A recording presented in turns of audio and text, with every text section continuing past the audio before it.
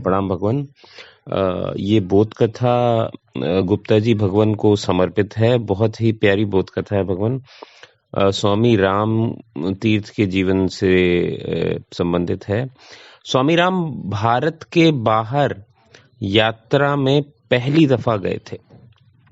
जिस जहाज पर वे यात्रा कर रहे थे उस पर एक बूढ़ा जर्मन था जिसकी उम्र कोई 90 साल होगी। अब उसके सारे बाल सफेद हो चुके थे। उसकी आंखों में 90 साल की स्मृति ने गहराइयां भर दी थी। उसके चेहरे पर झुर्रियां थी, लंबे अनुभवों की।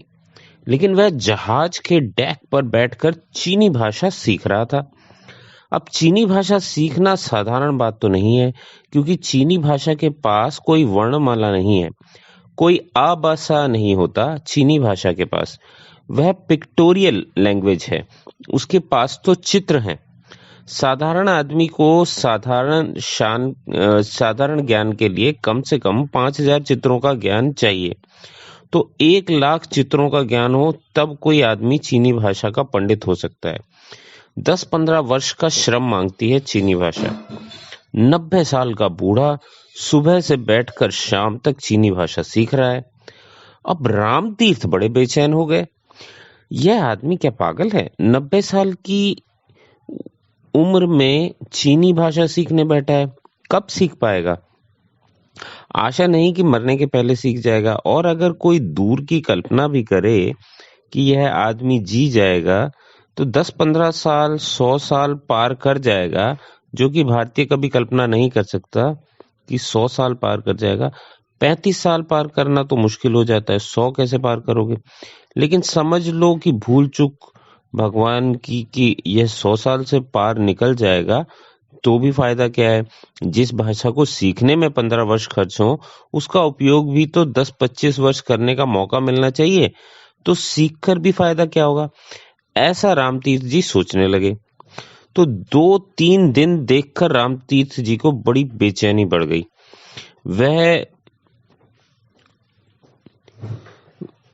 वह जो आदमी था, वह जो बुजुर्ग था, वो आंख उठाकर भी नहीं देखता था कि कहाँ क्या हो रहा है।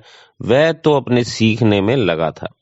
अब तीसरे दिन उन्होंने जाकर उसे हिलाया और कहा कि महाशय क्षमा करिए, मैं यह पूछता हूं कि आप ये क्या कर रहे हैं? इस उम्र में चीनी भाषा सीखने बैठे हैं, कब सीख पाइएगा? और अगर सीख भी लिया तो उसका उपयोग कब करिएगा? आपकी उम्र क्या है? तब उस बूढ़े ने कहा, उम्र? बहुत ही अद्भुत बात कही भगवान। उस बूढ़े ने कहा कि उम्र? मैं काम में इतना व्यस्त रहा कि उम्र का हिसाब रखने का कुछ मौका नहीं मिला। उम्र अपना हिसाब रखती है, हमें फुर्सत कहाँ की उम्र का हिसाब रखें। उम्र अपना हिसाब रखती है, हमें फुर्सत कहाँ की उम्र का हिसाब रखें। और फायदा क्या है उम्र का हिसाब रखने में? मौत तो जब आनी है तब आनी है। तुम चाहे कितने हिसाब रखो कि कितने हो गए, उससे कोई फर्क पड़ने वाला नहीं है। मुझे फुर्सत ही नहीं मिली उम्र का हिसाब रखने की, लेकिन जरूर 90 तो पार कर ही गया हूं। रामतीर्थ ने कहा कि फिर ये सीख कर क्या फायदा? बूढ़े हो, अब कब सीख पाओगे? उस बूढ़े आदमी ने क्या कहा? उसने कहा, मरने का मुझे ख्याल ही नहीं आता जब तक मैं सीख रहा हूं। जब सीखना खत्म हो जाएगा तो सोचूंगा मरने की बात। अभी तो सीखने में जिंदगी लगा रहा हूं। अभी तो मैं बच्चा हूं, क्योंकि मैं सीख रहा हूं। बच्चा सीखता है। लेकिन उस बूढ़े ने कहा कि चूंकि मैं सीख रहा हूं इसलिए बच्चा हूं। चूंकि मैं सीख रहा हूं इसलिए बच्चा हूं। उसने कहा, अभी तो मैं बच्चा हूं क्योंकि मैं सीख रहा हूं। तो यह तो आध्यात्मिक जगत में परिवर्तन हो गया।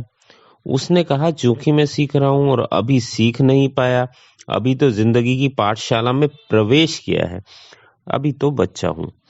अभी से मरने की कैसे सोचूं? जब सीख लूंगा तब सोचूंगा मरने की बात। फिर उस बूढ़े ने कहा, मौत हर रोज सामने खड़ी है। जिस दिन पैदा हुआ था उस दिन उतनी ही सामने खड़ी थी जितनी अभी खड़ी है। अगर मौत से डर जाता तो उसी दिन सीखना बंद कर देता। सीखने का क्या फायदा? कोई फायदा नहीं था। मौत आ सकती है कल, लेकिन 90 साल का अनुभव जो मेरा कहता है कि मैं 90 साल मौत को जीता हूँ। रोज मौत का डर रहा है कि कल आ जाएगी, लेकिन आई नहीं। 90 साल तक मौत नहीं आई तो कल भी कैसे आएगी? 90 साल का जो अनुभव कहता है कि अब तक नहीं आई तो कल भी कैसे आ पाएगी? अनुभव को मैं मानता हूँ। 90 साल तक डर बिल्कुल फिजूल था। तो वह बूढ़ा पूछने लगा रामतीर से कि आपकी उम्र क्या है? अब रामतीर तो घबरा ही गए थे उसकी बात सुन के। उनकी उम्र केवल 30 वर्ष थी। तो उस बूढ़े ने कहा कि तुम्हारे भय को देखकर मैं कह सकता हूँ कि भारत बूढ़ा क्यों हो गया। 30 साल का आदमी मौत की सोच रहा है, मर ही गया। मौत की सोचता कोई तब है जब मर जाता है। 30 साल का आदमी सोचता है कि सीखने से क्या फायदा, मौत करीब आ रही है। यह आदमी जवान नहीं रहा। उस बूढ़े ने कहा, मैं समझ गया कि भारत बूढ़ा क्यों हो गया है, इन्हीं गलत धारणाओं के कारण। तो भगवान बहुत ही अद्भुत कथा है। हमारे ग्रुप में भी गुप्ता जी भगवान जो हैं, वो उनकी भी लगन को मैं शत शत नमन करता हूँ। जिस तरीके से वो ब्रह्म ज्ञान में लगे हुए हैं, और ये बोध कथा भी मैं उन्हीं को समर्पित करता हूँ, जिसका शीर्षक है अभी मैं बच्चा हूँ। धन्यवाद भगवान।